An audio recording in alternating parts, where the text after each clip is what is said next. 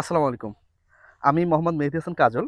আমি আজকে এসেছি যে সলুয়া ইউনিয়ন, সারঘাট উপজেলা সলুয়া ইউনিয়ন হানিফ ভাইয়ের বাগানে। ইনি মূলত একজন কৃষি উদ্যোক্তা। ইনি প্রায় ১৮ বিঘা জমির উপর বিভিন্ন ধরনের কৃষি চাষ করছেন। মালটা আছে ভাইয়ের, আ কমলা আছে, তারপর আম আছে। এর পাশাপাশি তিনি নতুনভাবে বাণিজ্যিকভাবে চাষ করছেন এবছরের জন্য স্ট্রবেরি।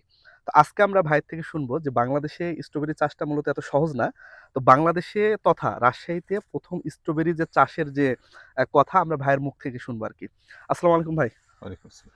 ভাই ভালো আছেন? আছি আলহামদুলিল্লাহ। আপনি ভালো আছেন? আলহামদুলিল্লাহ ভালো আছি ভাই। ভাই আপনার বাগানটা মাশাআল্লাহ খুবই সুন্দর। একটা অ্যাগ্রো প্রজেক্টের জন্য এর থেকে ভালো প্লেস এভাবে হতে পারে না ভাই। তো ভাই এটা শুরু আলহামদুলিল্লাহ। করলেন কিভাবে ভাই? এটা আমি পড়াশোনার পাশাপাশি আমার আব্বা দীর্ঘ অনেক বছর থেকেই প্রায় ২৫-৩০ বছর থেকে আপনার ফসল মানে যেটা আমরা ফল বলি বা বিভিন্ন পেঁপে, কলা এগুলা চাষ করে অনেক আগে থেকে কাঁচামালের ব্যবসা করে। তো বাণিজ্যিকভাবে আমাদের পেয়ারাটা শুরু হয় প্রায় মোটামুটি ২০ বছর বা ২২ বছর এরকম তার আগে থেকেই। তখন পেয়ারাটা চাষ করার পাশাপাশি ওইটা বাগানটা যখন স্টুডেন্ট ছিলাম তখন বাগানে যেতাম, ভালো লাগতো। এই ভালো লাগা থেকেই ২০১৬ সাল থেকে আমি প্রত্যক্ষ পরোক্ষভাবে কৃষির সাথে জড়িত। মানে কৃষিতে বাবার হাত ধরে আসা। আর এই বাগানটা আমি এককভাবে এটা হচ্ছে ২০১৯ সালে আমি এখানে আমার মন মতো যেখানে যেটা ভালো লাগছে, যে ফলগুলা যেগুলা বাগান করা যাবে সবগুলা গাছ নিয়ে এসে বাগান করছি এখানে। ভাই স্ট্রবেরি তো মূলত শীতকালীন অঞ্চলের ফল। তো হ্যাঁ, আপনার মাথায় বাংলাদেশে চাষ করা এটা প্ল্যান কিভাবে আসলো ভাই? স্ট্রবেরিটা বিগত অনেক বছর থেকে আমাদের রাজশাহী অঞ্চলে চাষ হয়ে আসছে। বিভিন্ন চাষীরা চাষ করছে। তো ভালো মুনাফাও পাচ্ছে। তাদের দেখে পরামর্শ নিয়েই স্ট্রবেরিটা করা। আর এবারের ওয়েদারটা একটু আমাদের জন্য ক্রিটিক্যাল হয়ে গেছে। যেহেতু দেখছেন আজকে রোদ অনেক এই যে বেশি কি পায়। অবস্থা, ফেব্রুয়ারি মাসের আজকে ১২ তারিখ, প্রায় তাই না? ৩৫-৩৬ ডিগ্রি হ্যাঁ, সেলসিয়াস এই তাপমাত্রা। রোদের একটা তাপ। এই রোদটার জন্য স্ট্রবেরির জন্য একটু ক্ষতিকর। আচ্ছা এটা ভাই কতদিন লাগে ভাই ফল হতে?